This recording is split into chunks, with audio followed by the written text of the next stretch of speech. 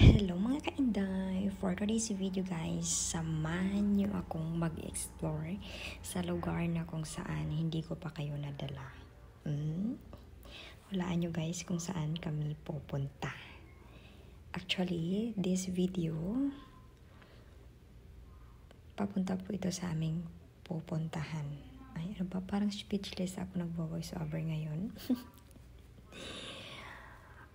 Habang binabaybay namin yung daan papunta sa aming pupuntahan, syempre building yung makikita nyo at kunting mga puno.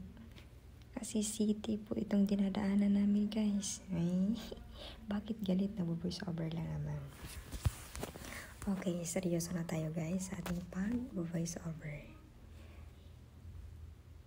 First time ko palang pumunta sa lugar na ito guys. Isa sa mga bucket list ko ito. Sabi ko, pupuntahan ko ito bago ako alis ng Pilipinas. Pero mga kasama ko guys, mga legendary na ito sila sa travel na dito banda. Kasi taga dito man daw ito sila. Nadaanan pala namin yung Coca-Cola company guys. Maraming company dito na madadaanan. Pero ito nakaka-capture ko guys ay iwan na lang. Puro building. Pero ang ganda dito guys. Ang daming park na pwede mong pagpapasyalan dito. At i-date yung jowa mo at ang legal na asawa. Take note, legal na asawa. Nasali pa ito sa captured ko ang simbahan na pink. Dapat gagala by partner. Pero sa mga single, tag-video na lang muna kayo ha.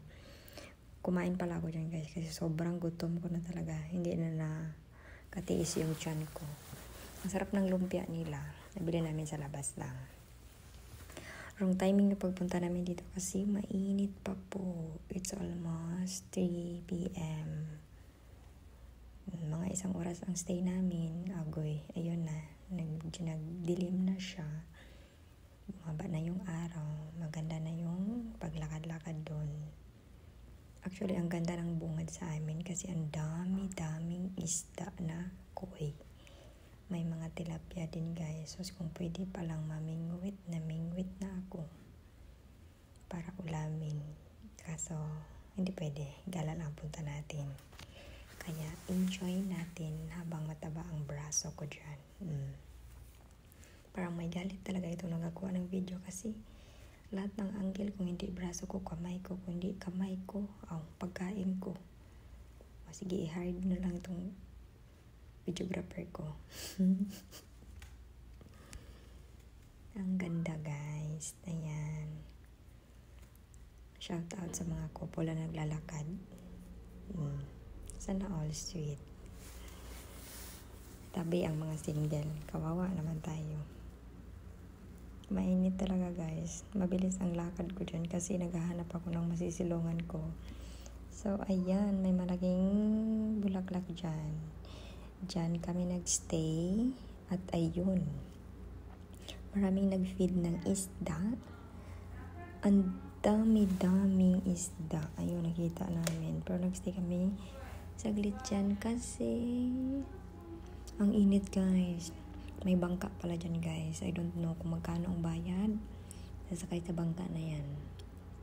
Siguro kung nakapunta kayo sa Grand Venice Canal sa Taguig, it's almost the same ang ambience niya. Pero itong dito, stagnant ang water. That's why color green siya. Ang Taguig naman ay malinaw doon kasi semento naman yun. Ang ambience na dito banda guys, parang nasa Japan ka. Ang ganda ng puno na to. Namumulaklak siya ng white. Ang taas niya rin. Ang hirap talaga mag-voice over. Oh my goodness. Ninihingal ako. Kumakain kasi ako habang nag-voice over. Diba? Ang dami sumasakay yan sa bangka-bangka na yan. Pero hindi kami nagpapatinag kasi sobrang mahal ata ang bayad niyan. Hintayin ko na lang makaligo kami ng dagat para magsakay ako ng bangka. Panangga niya ng init ang daon ng bulaklak, buti malaki siya. At ayan na nga guys, hindi kami nakatiis. Nag-feed kami ng isda para dito sila sa amin banda. Actually, ang dami-dami nila guys. Sa dami-daming taong nag-feed sa kanila, I don't know kung ilang sakong uubusin nila para magtigil sila kumain.